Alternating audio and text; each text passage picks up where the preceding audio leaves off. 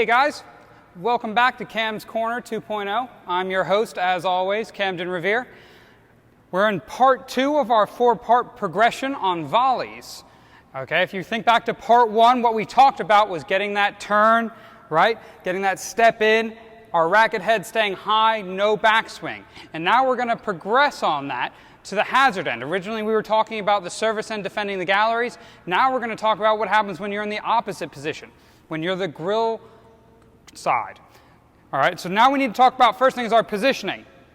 Our positioning is, we're going to mirror what we did on the service end. Remember, on the service end, we were in line with the date-on, the edge of the date-on, to keep our distance from the wall so that we didn't block out our backhands. We're going to do the same thing on the receiver's end. If you're covering the Grille in doubles, you should be straddling that fault line. And when you're deep, you're straddling it here to defend the Grille. You're one step away on that backhand. And then if the ball goes cross court towards the gallery guy, we follow this line up to what I call the T, the crossing line between the stroke line and the fault line. And this becomes our positioning when that ball is coming cross court into us. All right, so we're one step away from the backhand, one step away from the forehand. Quick side note, when you are defending the Grille Tambour, that is your job, just to defend the Grille or the Tambour. All right, if that ball is coming in super short and going to hit the main wall about in here, about that high up, that is not your ball. That is your partner's ball.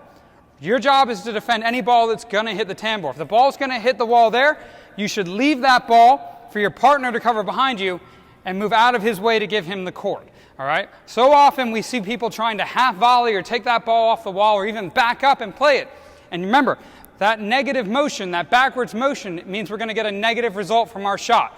By leaving that ball, our partner can take a positive step and make a positive shot on it. So that's why we're going to leave that ball. So we're focused on getting to this tee and defending our Grille Tambour area.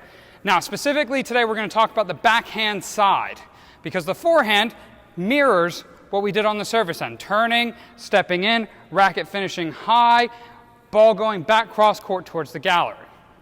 On the backhand, this is where we've got to be careful. We really want to focus on getting our shoulders turned towards that main wall so that when we go to swing on this backhand, we get as much of the bigger muscle groups involved as we can. All right? And what that means is that we don't want to go open and have our chest facing forward because we're more likely to pull down and out of that shot. We want to make sure that when we go to hit this ball, we're staying turned sideways and we're finishing facing that main wall to make sure our strength goes through that shot completely. All right, same idea as the other side though with our contact. We want no backswing. We want to wait for that ball to get to the strings, finishing high.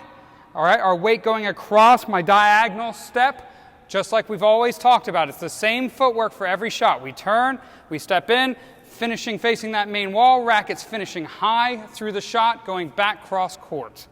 All right, now I'm going to hit a couple just to give you an example.